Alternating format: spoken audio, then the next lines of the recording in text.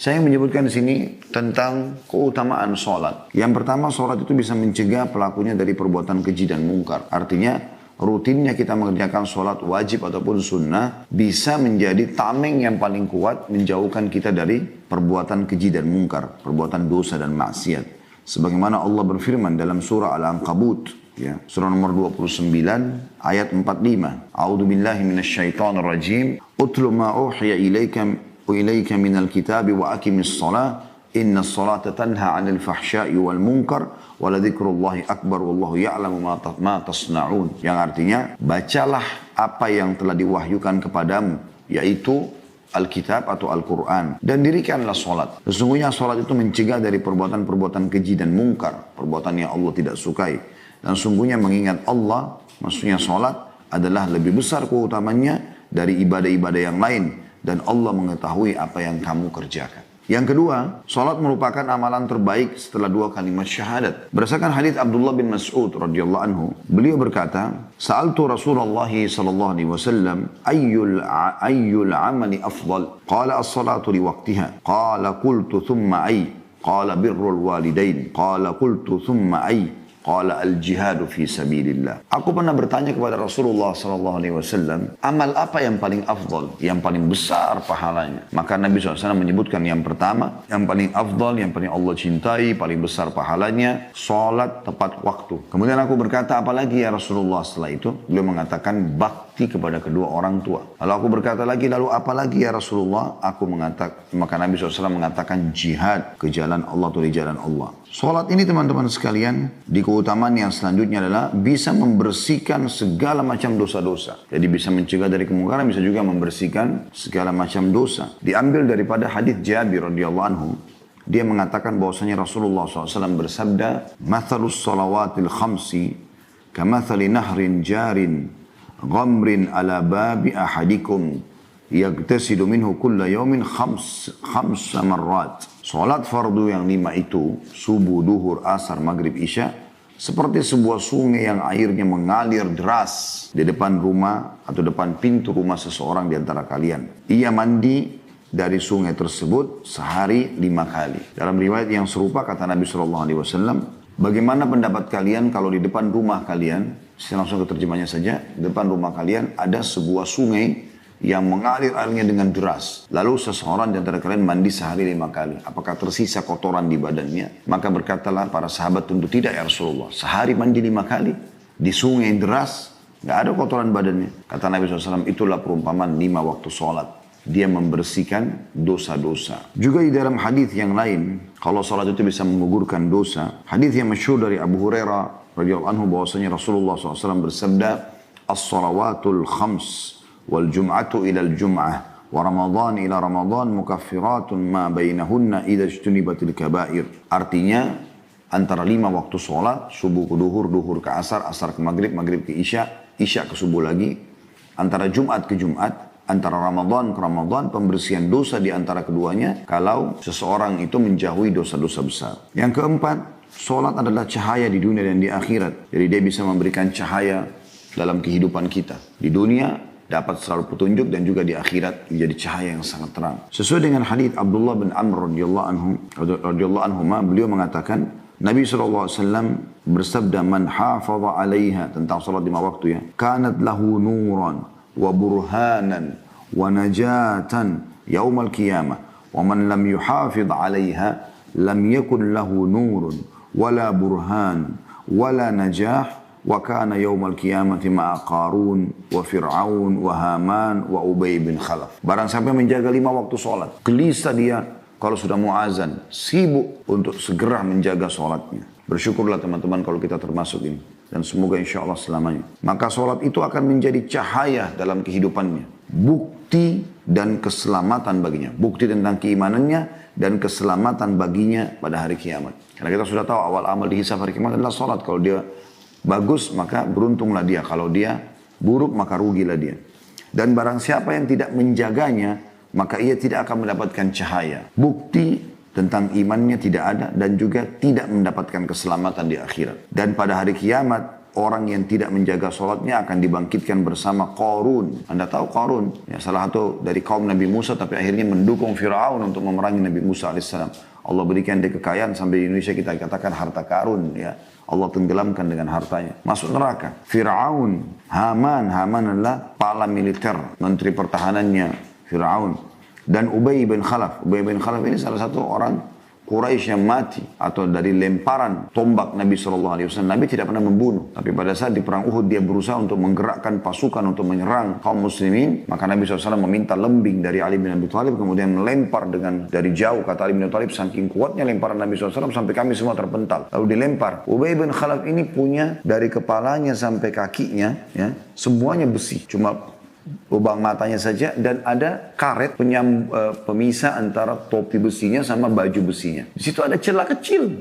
Ya. Subhanallah, lembing Nabi SAW lewat dan merobek sedikit atau melukai sedikit bagian leher itu, pas kena. Maka dia pun jatuh sambil dia teriak-teriak ketakutan. Dia mengatakan, aku telah dibunuh oleh Muhammad, aku telah dibunuh oleh Muhammad. Lalu kata orang-orang pada saat mendekatinya, kau tidak ada apa-apa, cuma luka kecil saja. Dia mengatakan, kalau seandainya Muhammad menudaiku sekarang aku akan mati. Karena takutnya, dan ternyata betul. Luka itu membesar, membusuk dan akhirnya dia mati gara-gara itu. Lalu kata Nabi SAW pada saat mendengar dia mati, sesungguhnya murka Allah memuncak pada seseorang yang dibunuh oleh nabinya. Kebetulan Ubay ini bin Khalaf ini suka waktu di Mekah, dia punya kuda besar gitu dan dia suka pakai baju perang. Kalau dia lewat depan Nabi dia mengatakan, Muhammad saya akan bunuh kau dengan menggunakan kudaku ini. Kata Nabi SAW, saya insya Allah akan membunuh kau dengan di atas kudamu itu. Dan ternyata terbukti. Dan ini semua adalah orang-orang ahli neraka yang Allah Subhanahu Wa Taala masukkan ya mereka di dalam neraka. Dan bagi orang yang tidak sholat, tidak menjaga sholatnya akan dibangkitkan bersama orang-orang yang naudzubillah. Di dalam riwayat lain Abu Malik Al-Asy'ari radhiyallahu anhu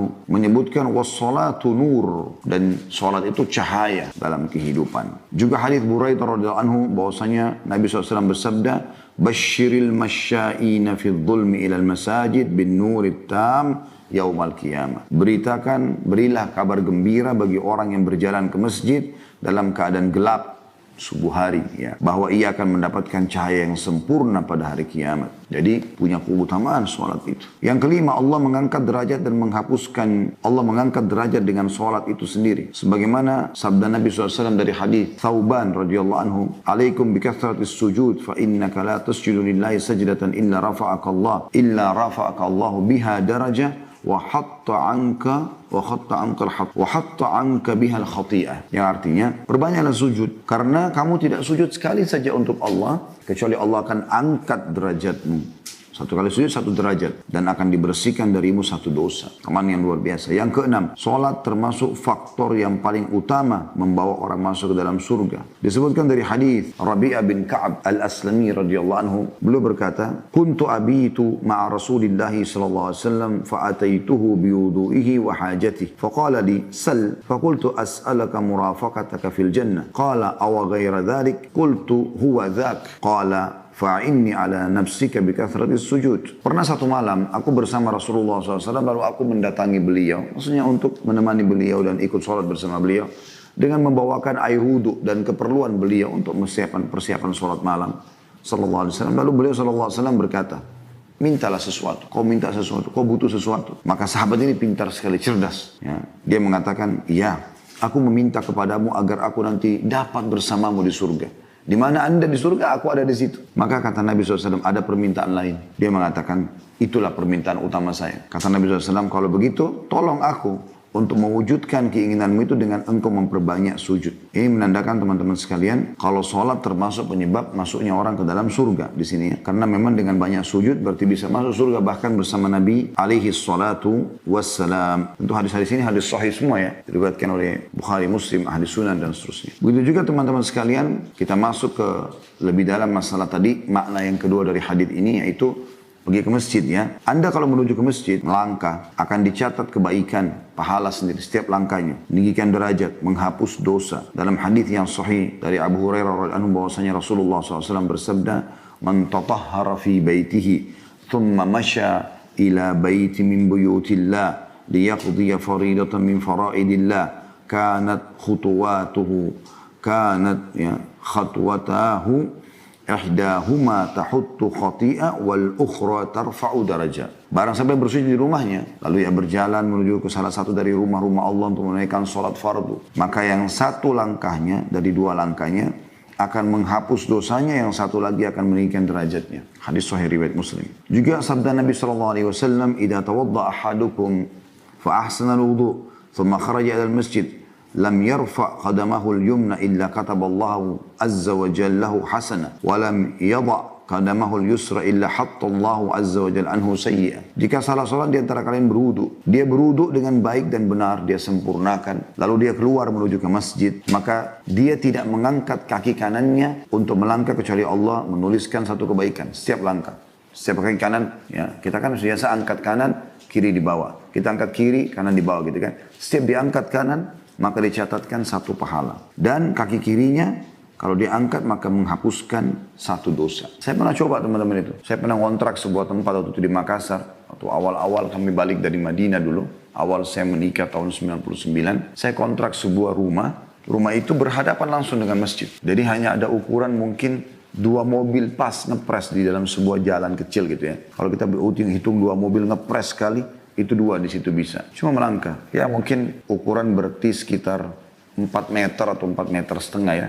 Antara rumah kontrakan ini sama masjid.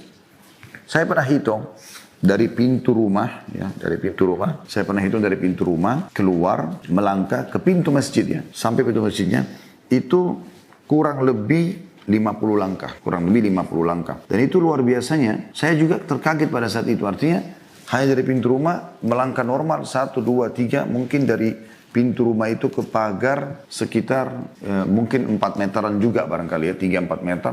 Tambah jalan 4 meteran mungkin. Kemudian dari itu sudah masuk pagar masjid sampai ke pintu masjidnya juga mungkin kena naik tangga gitu kan. Mungkin 4 meteran juga mungkin. Itu subhanallah sudah 50 langkah. Saya berpikir 50 langkah ini berarti ada 25 derajat, 25 peninggian derajat, 25 pahala, 25 juga pengampunan dosa. Kalau kita gabungkan semua hadis ini, gitu kan. Kata Nabi SAW dari hadis Abu Hurairah radhiyallahu anhu, "Man ghada ila al-masjid wa raha, a'adda Allahu lahu nazlatan minal jannati kullama ghada aw raha." Dia akan dapat istana di surga lah. Kalau kita poin 8 ini akan mendapatkan istana di surga setiap kali dia pergi, setiap kali dia pulang. Barang siapa pergi ke masjid di waktu pagi dan sore hari, maka Allah akan menyiapkan untuknya hidangan dari surga setiap kali ia pergi pagi dan sore hari. Di sini tentu bisa bermakna dalam hadis a'addallahu lahu nazlatan, ya. Itu bisa bermakna sesuatu yang dipersiapkan untuk tamu ketika tamu itu datang. Kemudian yang ke-9, dengan sholat juga Allah akan menyelamatkan hambanya pada hari kiamat. Karena dia adalah amal yang pertama dihisab hari kiamat. Kata Nabi SAW dalam sebuah hadis yang sahih, awal amal dihisab hari kiamat adalah sholat. Kalau dia baik maka akan beruntunglah dia, maksudnya selamat masuk surga. Dan kalau dia buruk maka akan celakalah dia. Yang ke-10, orang yang keluar dari rumahnya untuk sholat seperti orang yang keluar berhaji dan dalam keadaan berihram. Sebagaimana hadits Abu Umamah radhiyallahu anhu bahwasanya Rasulullah SAW bersabda, "Man kharaja min baitihi mutatahhiran ila salatin maktubatin atau ila salati maktubah, fa ajruhu ka ajril hajil muhrimi, wa man kharaja ila tasbihid duha la yunsibuhu illa iyyahu fa ajruhu ka ajril mu'tamir." Barang siapa yang keluar dari rumahnya dalam keadaan bersuci untuk sholat wajib, maka pahalanya seperti pahala orang yang berhaji dan yang sedang berihram, atau berhaji yang sedang berihram ya. Barang siapa yang keluar untuk menunaikan sholat duha, ia tidak merasakan lelah kecuali karena melaksanakan sholat tersebut, maka pahalanya seperti orang umroh. Ini keutamaan tersendiri lagi. Kalau ada orang yang terbiasa, ini keutamaan yang ke-11. Kalau ada orang yang pergi ke masjid, terbiasa dia sholat berjamaah di masjid. Kemudian dia mendapatkan sholat sudah selesai. Padahal dia sangat semangat ingin supaya tidak ketinggalan sholat. Allah berikan dia pahala jemaah yang pertama. Sesuai dengan hadis